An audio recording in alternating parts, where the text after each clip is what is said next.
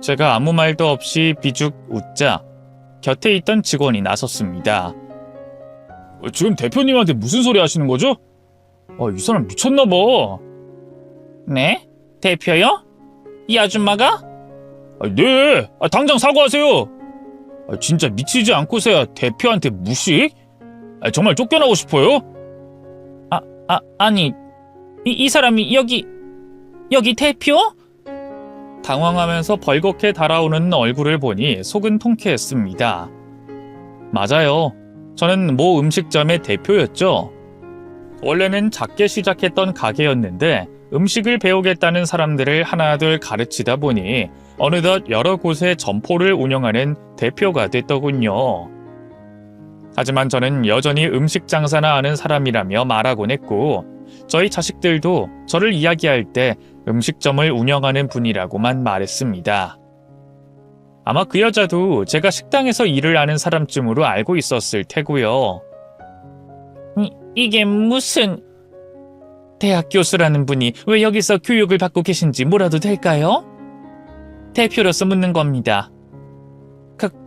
그건 그냥 원래 다 그렇죠. 대기업 다니는 사람도 치킨집 개업하는 마당에 제가 교수건 뭐건 무슨 상관인데요. 몸이 약하다고 들었는데 그런 분이 식당?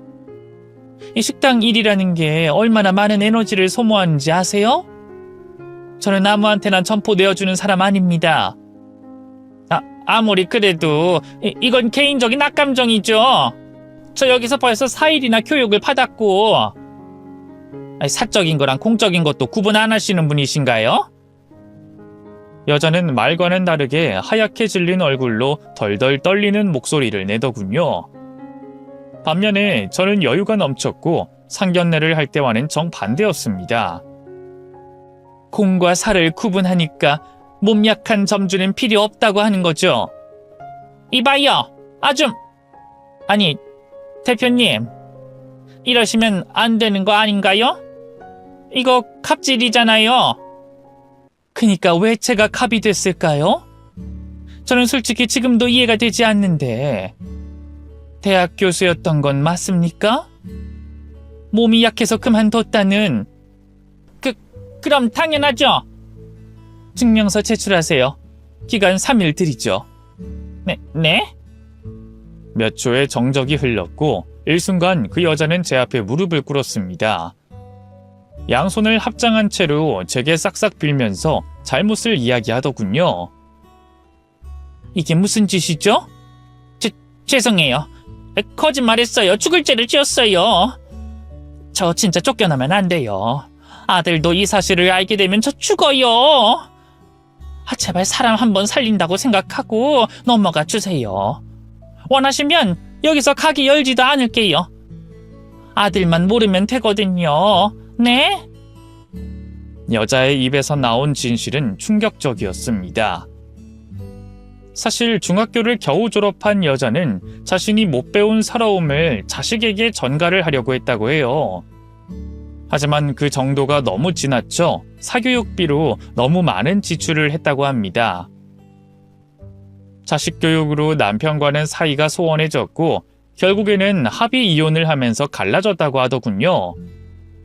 그런데도 아이만은 제대로 가르치겠다는 생각으로 어린 시절부터 극성을 떨면서 아이를 몰아붙였다고 합니다.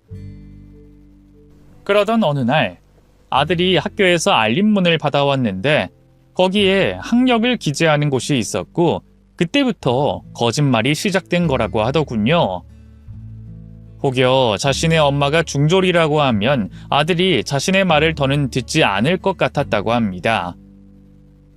그렇게 시작된 거짓말이 거짓말을 낳았고 대학 교수라는 직업까지 간 거죠. 아이가 어릴 때 제가 대학 교수 자리를 그만뒀다고 알고 있어요. 대표님, 저 진짜 아들만은 몰랐으면 해요. 네? 이해하시잖아요. 이 부모라는 존재가 자식한테 어떤 존재인지. 저는 그저 좋은 거울, 멋진 어른이 되고 싶었어요.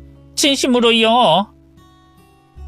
대표님은 초졸이라고 해도 애들이 잘 커서 존경받고 있는지 몰라도 전 아니거든요. 저는 제 아이 키우면서 고생이란 고생은 다 하면서도 늘 반항하는 애를 어떻게 할지 몰랐어요. 공부는 하기 싫어하고 매번 노는 것만 좋아해서 넌 원래 머리가 좋다. 뭐 날 닮아서 그렇다. 이런 식으로 애를 키워왔던 거고요. 그렇다고 해서 당신이 제 딸한테 저지른 짓이 없어지는 건 아니죠? 단순히 한 번의 거짓말이라고 하기엔 너무 몰입하신 거 아닌가요? 제 딸의 학력을 폄하할 정도로? 저도 미쳤었나 봐요.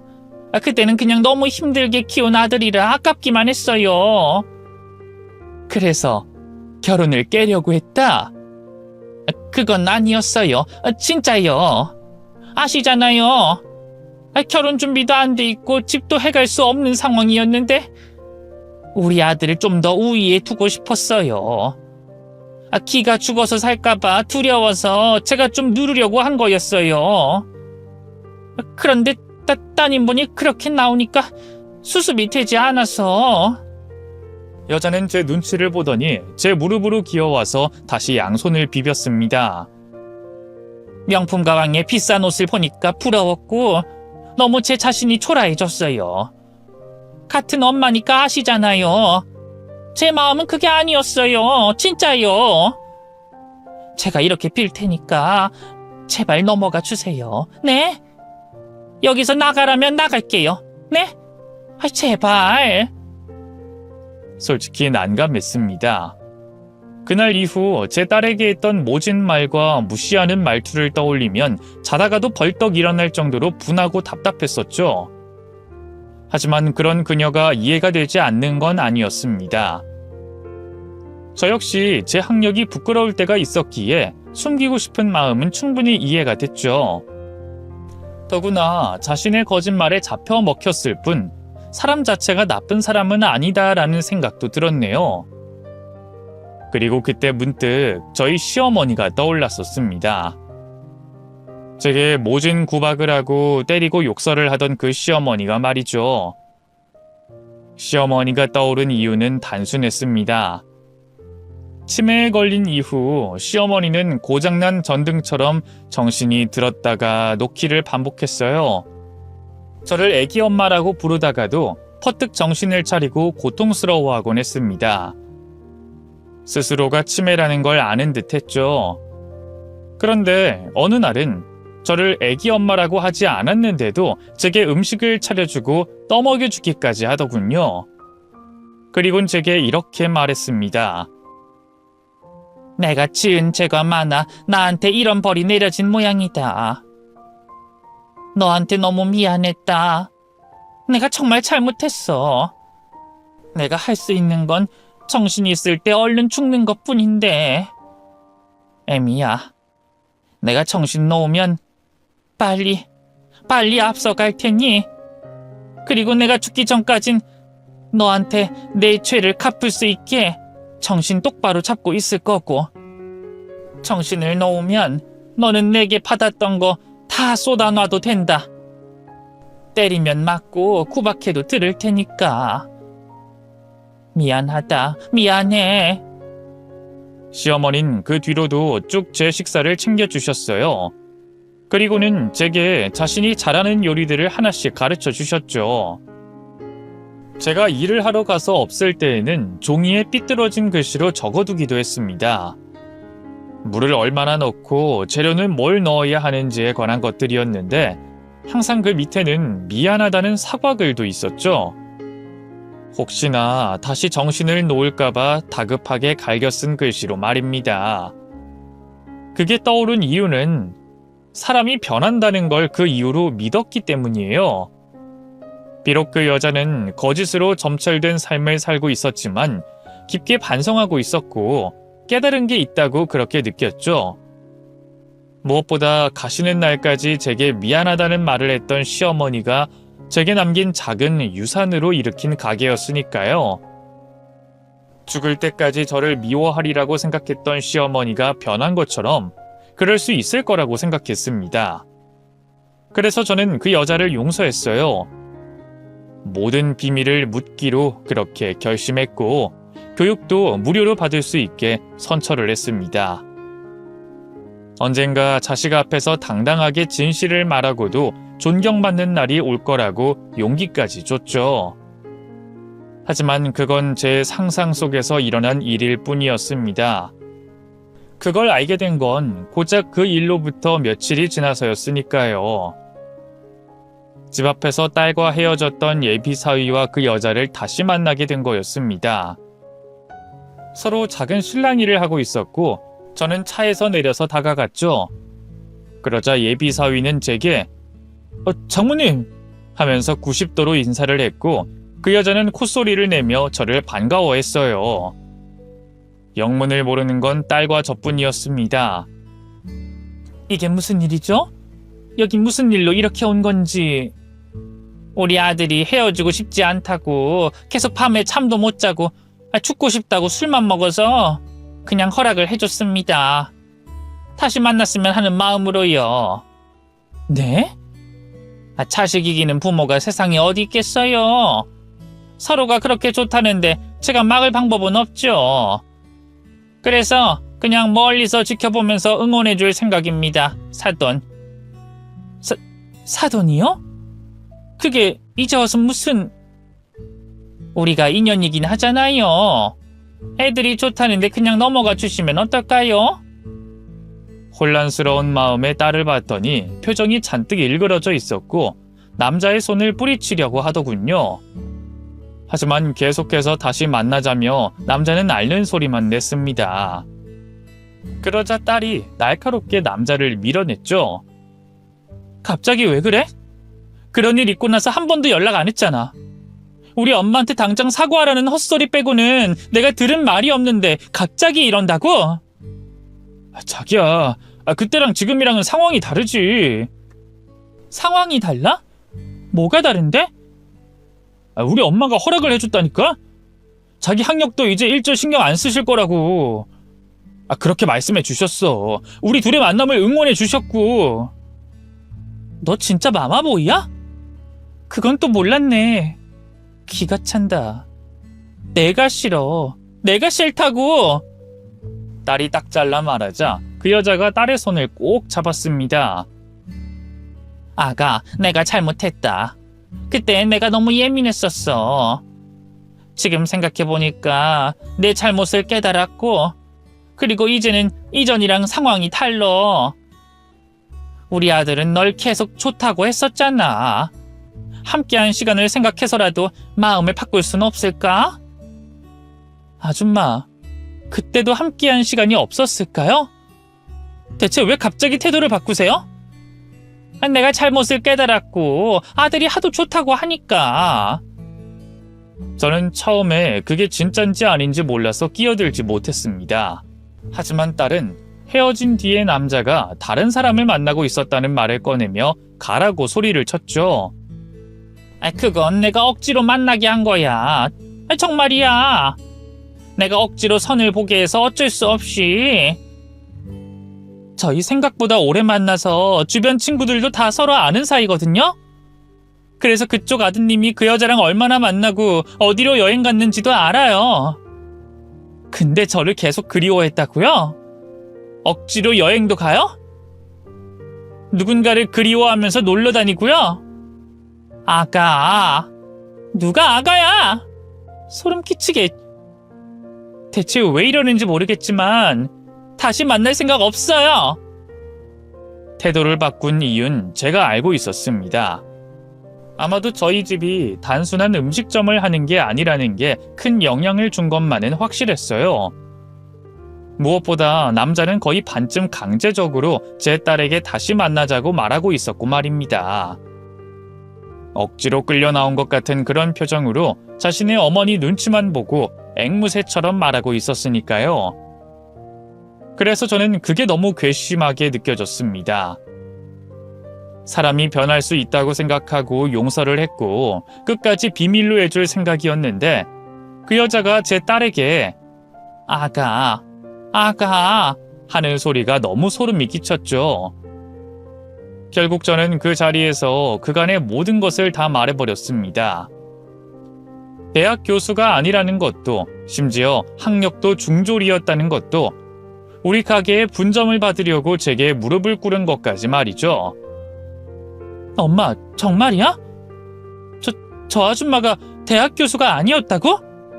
그래, 내가 비밀 지켜주려고 했는데 이런 식으로 너한테 접근할 줄은 몰랐네. 아들 앞세워서 이렇게까지 하는 이유는 하나겠지. 남자애는 입만 벌리고 있었고 여자는 금방이라도 비명을 지를 것 같은 표정이었지만 최대한 감정을 분출하지 않으려는 듯 몸을 떨고 있었습니다. 사돈, 말하지 않기로 했잖아요. 약속이랑은 틀리잖아요, 사돈. 누가 그쪽 사돈이죠? 대표라고 불러요. 우리 사이가 달라졌는데 사적인 자리잖아요, 사돈. 사돈 아니라고 했습니다. 왜 그렇게 청색을 하세요? 알겠어요. 그럼 대표님하고 불러드릴게요, 사돈. 정말 끝까지... 그리고 생각해보니 대표라고도 부르지 마세요. 저 분점 못 내주겠는데요. 어차피 제가 받은 교육비도 없으니까 앞으로는 우리 가게에서도 보지 맙시다. 뭐요? 그런 게 어디 있어? 그건 아니죠. 장난이라고 해도 너무 심한데요. 장난 아닙니다. 이제 알겠어요. 자꾸 사소한 인연도 이어가지 않아야 할 사람이 있다는 걸요. 그리고 솔직히 그쪽 요리에 소질 전혀 없는 거 본인도 아시잖아요. 뭐? 장난해? 대출까지 알아보고 내가 얼마나 열심히 했는데 지금 돈 좀 있다고 갑질하고 유세 떠는 거야? 우리 집이 별 볼 일 없어서 일부러 애들 앞길 망치는 거지? 당신 같은 여자는 어디 글이라도 올려서 망신을 줘야 해. 한번 그래 보세요. 저도 어디에 글이라도 써야겠네. 누가 잘못한 건지 물어보죠. 야! 지금 나 무시해? 하라면 못할 것 같아? 당신 가게 소문 쫙 내서 폭삭 망하게 할 거야. 전국에 있는 그 가게들 찾아다니면서 내가 박살낼 거라고. 그런데 그때 가만히 있던 그 여자의 아들이 끼어들어 따지기 시작했죠. 엄마, 그럼 엄마가 연세대 나왔다는 것도 거짓말이야? 대학원까지 갔다는 것도? 예전에 대학 교수였다는 것도 거짓말이라고? 아들, 엄마 말 들어봐. 그게 어떻게 된 일이냐면 엄마가 다 설명할 수 있어. 내가 처음부터 그러려고 했던 게 아니라. 나한테 거짓말한 게 맞다는 말이지? 그러면서 날 그렇게 무시하고 매번 내가 하는 일마다 그렇게 난리를 친 거야? 서울대 스카이 아니면 볼 것도 없다면서 매일 코피나게 공부해서 간 지금의 대학도 그냥 그렇다고 입버릇처럼 말했었잖아. 그리고 취업할 때도 엄마가 난리 안 쳤으면 지금보다 더 좋은 회사 갈 수 있었어. 알아? 그게 나 좋으라고 하는 거야? 다 너 잘 되라고. 매번 대기업 아니면 안 된다고 해서 내가 가려던 곳까지 못 가게 했잖아. 그래서 이 나이 먹고 경력도 못 채워서 지금 겨우 들어간 회사에서 근근히 먹고 살게 된 거고. 엄마만 아니었어도 나 훨씬 빨리 취업했고 대학 졸업도 빨리 했어. 엄마가 재수하라고 삼수하라고 그렇게 욕심만 내지 않았어도 지금보다 내 인생이 훨씬 괜찮았다고. 그리고 결혼도 그래. 학력 가지고 그렇게 무시하면서 헤어지게 하더니 뭐? 더구나 학벌 좋은 여자 만나라고 등 떠밀어 만나고 있었는데 갑자기 헤어지라고 해놓고 대표님? 대표 딸? 아들, 엄마 이야기를 일단 들어봐. 너 지금 너무 흥분했어. 엄마는 너 잘 되는 거 말고는 다른 거 하나도 바라는 거 없는 그런 사람이야. 내가 널 어떻게 키웠는데? 너 공부시키면서 엄마도 내 속이 아니었어. 아니긴 뭐가 아니야. 내가 힘들다고 죽고 싶다고까지 말했잖아. 그냥 좀 친구들이랑 어울리기라도 해달라고. 근데 그 친구 부모의 학력까지 들먹이면서 친구 하나도 제대로 못 사귀게 한 게 엄마야. 아이, 걔는 근본이. 근본? 그럼 난 뭔데? 중졸인 엄마는 근본이야? 아들, 아들이라고 하지 마! 소름 끼치니까. 그니까 엄마가 내 인생 망친 거야. 내가 제대로 된 여자를 물어왔는데 결국에 이렇게 만든 게 엄마야. 내 인생이 도움이 하나도 안 되는 게 엄마라고! 이제 나 엄마 다시는 안 봐. 내 대학도 마음에 안 들고 회사도 마음에 안 들어서 필요 없다고 했었지? 근데 나도 중졸에 무식한 엄마? 나도 필요 없어. 결국 그렇게 여자의 아들은 자리를 떠났고 그 여자는 길바닥에 어린 아이처럼 앉아서 떼를 쓰기 시작했습니다. 아들과 연결시켜주지 않을 거면 가게 자리 하나 내어놓으라고 발을 동동 굴렸죠. 그걸 보는 딸은 어이없어 했고 저는 딱 잘라서 다시 거절을 했습니다. 그랬더니 정말로 저주란 저주를 다 퍼부으며 인터넷에 글을 올리겠다고 협박을 하면서 갔죠. 그리고 그 일은 실제로 일어났습니다. 저희 가게를 비방할 목적으로 인터넷에 글을 제대로 올려놨더군요. 그래서 저는 그걸 알고 나서 바로 고소를 해버렸습니다. 그런 류의 인간들은 그냥 내버려두면 자신의 거짓말을 진실이라고 믿어버리니까요. 내가 뭐 틀린 말 했어? 이 집 음식을 내가 만드는 것부터 다 아는데. 그래서 검사까지 다 받았어요. 아무 이상도 없다고 했고. 그래서 내가 본 건 뭐 나중에 뒤늦게 청소한 거 아니야? 이봐요 아줌마. 교육받을 때도 그렇게 손 안 씻고 요리하려고 하더니 우리 가게가 다 당신 같은 사람만 있는 줄 알아요? 지저분한 건 우리 가게가 아니라 당신 머릿속이죠? 어이가 없어서. 갑질이야. 이건 명백히 갑질이라고. 내가 그냥 물러날 것 같아?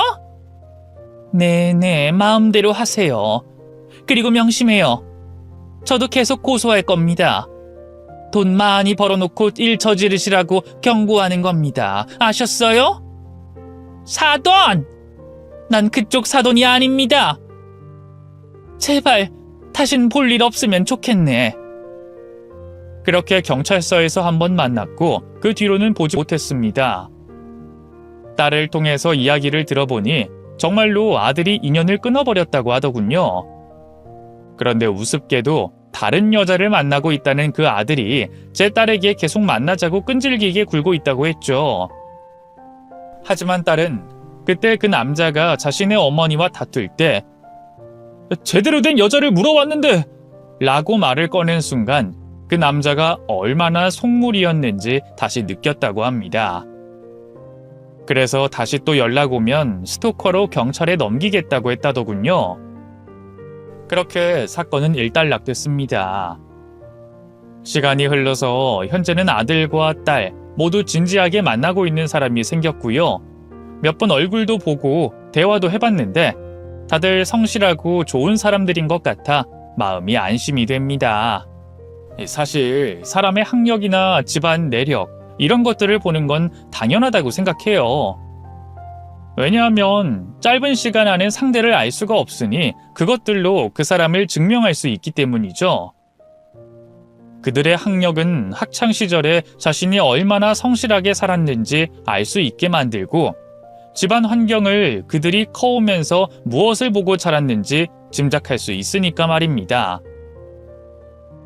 그래서 모두가 그런 기준과 가치를 가지고 있다고 해도 저는 비난하고 싶은 마음은 없어요. 어쩌면 너무나 당연한 거죠. 하지만 그런 것들이 없다고 혹은 조금 떨어진다고 그 사람을 바로 판단하는 잣대로 삼지는 않았으면 좋겠습니다.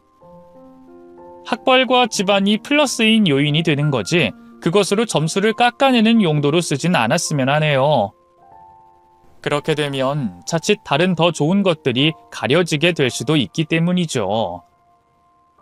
저희 아이들도 그래요. 비록 아빠 없이 엄마 혼자 키웠기에 많이 외롭게 자랐을지 몰라도 대신 독립심 있고 우애가 깊게 자랐습니다. 그리고 처음부터 형편이 좋은 게 아니었기에 돈이 귀한 줄도 알고 나중에 경제적으로 여유가 생겼을 때도 사람보다 돈을 우위에 두지 않는 바른 아이들로 자랐거든요. 이런 면들도 정확한 눈으로 봐주셨으면 좋겠습니다. 마지막으로 저도 매번 가게만 돌아보고 바쁘게 살았지만 이번 일을 계기로 공부를 시작해 볼까 합니다. 솔직히 자신은 없고 위축되긴 하는데 아이들의 미래에 제가 좀 더 자랑스러울 수 있기 위해 노력하려고 해요.